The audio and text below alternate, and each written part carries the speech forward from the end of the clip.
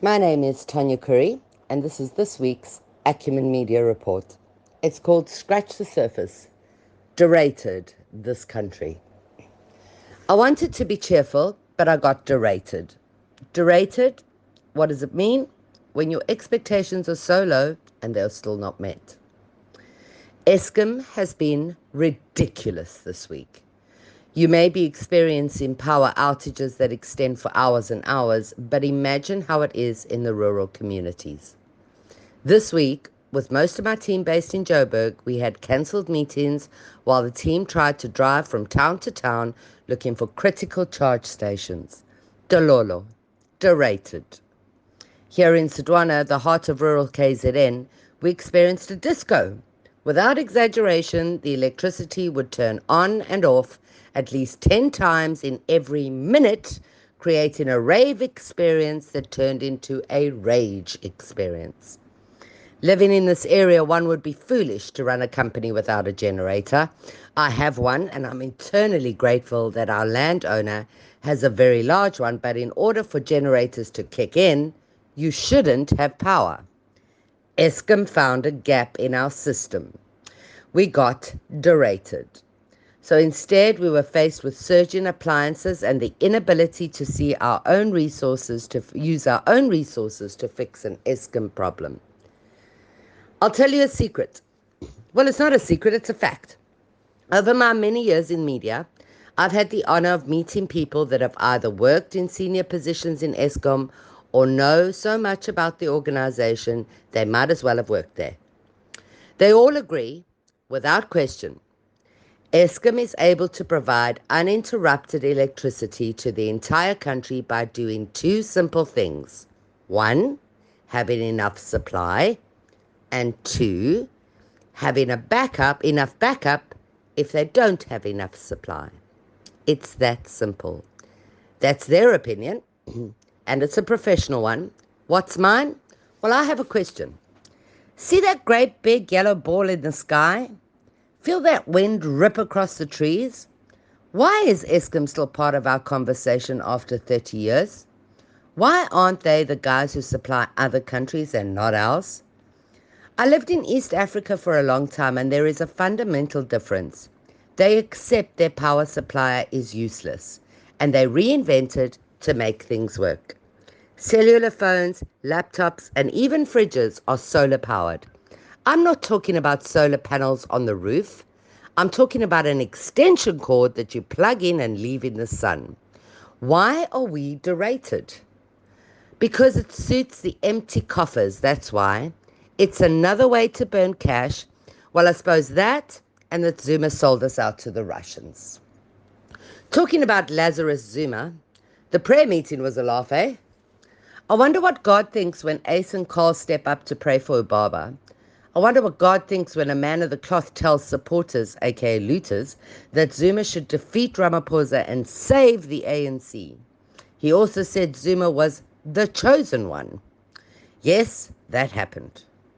I wonder what God thinks when a prayer meeting you see a supporter sporting a sign that says, haters must get chest pains. That medical parole was necessary, but it should have been administered for South Africans as we watch a terminally ill man get ready to overthrow Ramaphosa. This country. The ANC are a laugh a minute. Apart from this Zuma farce, the ANC marched on themselves this week for service delivery. Okay. They called a security breach at Lutuli House following a liberation struggle war vets meeting. Who are these guys now? Are they a reinvented MKMVA? What's happening? Then we heard about a protest about a 5 million rand breakfast by Mr. T, T-E-A, so dubbed by social media. Just when you thought you'd been derated again, we heard this. It was announced early this week that MEC Mandla Msibi handed himself into the police for murder. He was immediately fired. Well, there was a surprise. And then in his bail hearing, there was a bomb scare and the court was emptied. Would it surprise you if I told you he was linked to Ace Bestos? Of course not. This country, so derated. Enter the story of the week, and it's ugly. Quebeca. I was still struggling to pronounce the name and the place imploded. Rumor has it that there was a crash between a taxi and a car, and with that it became a war zone. Local residents and business people of Somali descent took to the streets with AK-47s, and so began a war with the taxi industry. How complex is this story? On one hand, people are shouting xenophobia, and on the other hand, people are shouting war zone. I saw images of vehicles burning and people running scared of their lives. The taxi industry is it's probably better called the mobile mafia. We know this, and even Razzmatazz, Fakila and Balula is terrified of their power. But it appears that the Somalis have had enough. I fear for the innocents that use both the shops and the transport to survive in what is already a hot mess. While this was going on, by the way, mainstream media was covering potholes in some obscure place for 2 days. Potholes. For 2 days. Are you kidding me? Derated. While I'm on electioneering, because that's what that was, I spat out my coffee when I saw Zilla take to the streets. She's definitely retired, folks. She had a few supporters propping her up for the interviews. They were all in DA branding, and one, and this is the moment I choked, had a dacha decorated mask on with a DA cap. That about sums it up, doesn't it?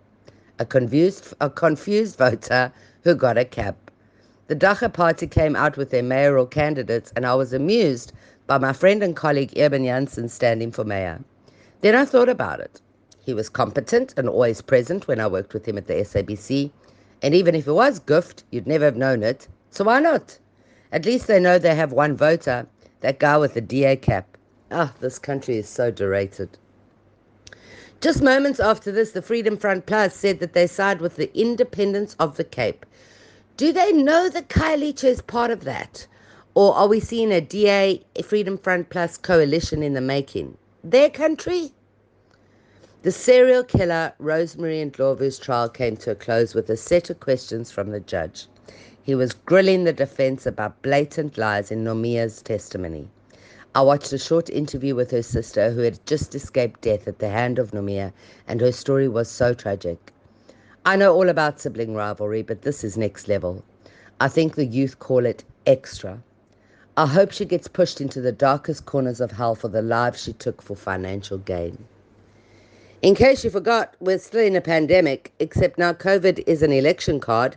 Many parties are flouting your body, your choice narratives, and even the Zoomers are anti-vaxxers. Who knew?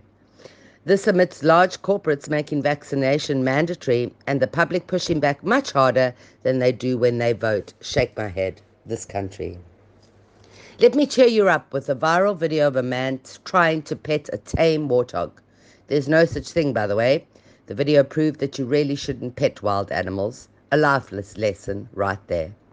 Suleiman, the gift of the giver's head, was honoured for being, well, the best human I've seen this year. Step aside, Dorator. Facebook bans derogatory commentary on celebrity or high-profile influencers, specifically about sexual allegations. I'm not even sure what that means, but I did see the impact on the ground. A good friend of mine's entire career was put on hold because he expressed his loathing for Cardi B in a one-liner. Facebook said he'd been flagged and he should accept the 3-day personal ban. He did, like a good Facebook citizen, only to find that in doing so he was locked out of all his clients' profiles and wasn't allowed to advertise or push content for a month. If you know social media, you'll know that 30 days might as well be a death sentence to a brand, let alone the freelancer who's tasked to push your brand content. They have too much power, this Facebook of ours, and it's not a tool for free speech, no matter how they sell it to you. It's time for some healthy competition in this industry. It's derated. See what happens when you write these reports? I was meant to be cheering you up. Focus, Tonya. I missed it last week, but if you're in need of entertaining content and Squid Games is not your thing, then move yourself over to YouTube and watch the JSC interviews. You'll be horrified, but you'll feel better about yourself. You know more than most judges.